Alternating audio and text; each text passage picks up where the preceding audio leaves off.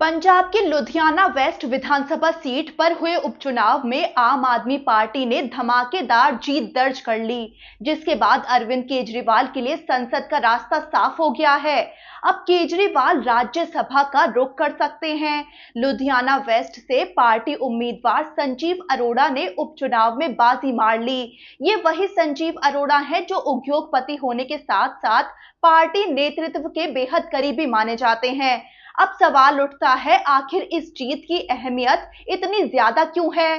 दरअसल लुधियाना वेस्ट को 2027 के विधानसभा चुनाव का सेमीफाइनल माना जा रहा था और ऐसे में यहां आम आदमी पार्टी की जीत पार्टी के लिए एक नैतिक और राजनीतिक बूस्टर की तरह काम कर रही है। ये सीट आम आदमी पार्टी के विधायक गुरप्रीत सिंह गोगी के निधन के बाद खाली हुई थी और उपचुनाव कराना पड़ा। इस चुनाव में आम आदमी पार्टी ने पूरी ताकत झोंक दी थी। मनीष सिसोदिया और सत्येंद्र जैन ने जमकर प्रचार किया। सीएम भगवंत मान की पत्नी ने भी मोर्चा संभाला और खुद अरविंद केजरीवाल दिल्ली चुनाव के बाद लगातार पंजाब में एक्टिव नजर आए।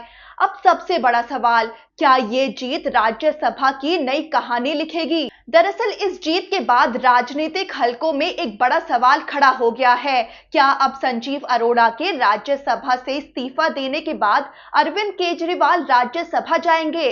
दिल्ली विधानसभा चुनाव में हार के बाद से ही ये अटकलें तेज थीं कि केजरीवाल राज्यसभा का रुख कर सकते हैं और अब लुधियाना की जीत ने इस संभावना को और मजबूत कर दिया है। दिलचस्प बात यह है कि खुद केजरीवाल ने चुनाव प्रचार के दौरान कहा था कि जीत के बाद पंजाब में कैबिनेट विस्तार होगा, यानी पहले से प्लान तैयार था। तो क्या संजीव अरोड़ा को मंत्री बनाया जाएगा? कई रिपोर्ट्स के मुताबिक कैबिनेट में एक मंत्री को हटाया जा सकता है और कुछ विभागों में फेरबदल भी हो सकता है। वहीं एक पहलू ये भी है कि अगर केजरीवाल राज्यसभा नहीं जाना चाहते तो फिर किसका नाम आगे आ सकता है?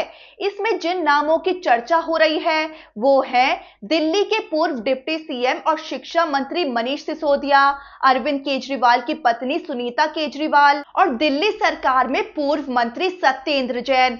राजनीतिक जानकारों की माने तो आम आदमी पार्टी ने पूरी रणनीति के साथ संजीव अरोड़ा को विधानसभा चुनाव लड़वाया था ताकि उनकी राज्यसभा सीट खाली हो जाए और एक बड़ा चेहरा उच्च सदन में भेजा जा सके।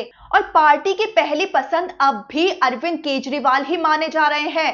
पार्टी चाहती है कि केजरीवाल राज्यसभा में आम आदमी पार्टी का एक बड़ा राष्ट्रीय चेहरा बनकर उभरे। अब लुधियाना की सीट पर सियासी समीकरण समझते हैं। लुधियाना वेस्ट की सीट पर जीत इसीलिए भी खास मानी जा रही है क्योंकि यहाँ कारोबारियों की बड़ी आबादी है जो परंपरागत रूप से कांग्रेस और बीजेपी के वोटर माने जाते हैं। 2012 और 2017 में इस सीट से कांग्रेस के भारत भूषण आशु जीत चुके हैं, लेकिन इस बार ये दूसरे नंबर पर रहे। बीजेपी तीसरे और अकाली दल चौथे नंबर पर पहुंच गया। यानी ये जीत सिर्फ एक उपचुनाव की जीत नहीं है बल्कि पारंपरिक वोट बैंक में सेंध लगाने की एक बड़ी राजनीतिक कामयाबी भी है। तो अब केजरीवाल का अगला पड़ाव राज्यसभा है, ये देखना दिलचस्प हो गया है। और क्या पंजाब की ये जीत आने वाले वक्त में पार्टी के लिए नेशनल पॉलिटिक्स का गेम चेंजर साबित होगी? फिलहाल इतना तय है कि लुधियाना की इस जीत ने आम आदमी पार्टी को एक नई राजनीतिक ऊर्जा दे दी है और एक नई कहानी की शुरुआत हो चुकी है।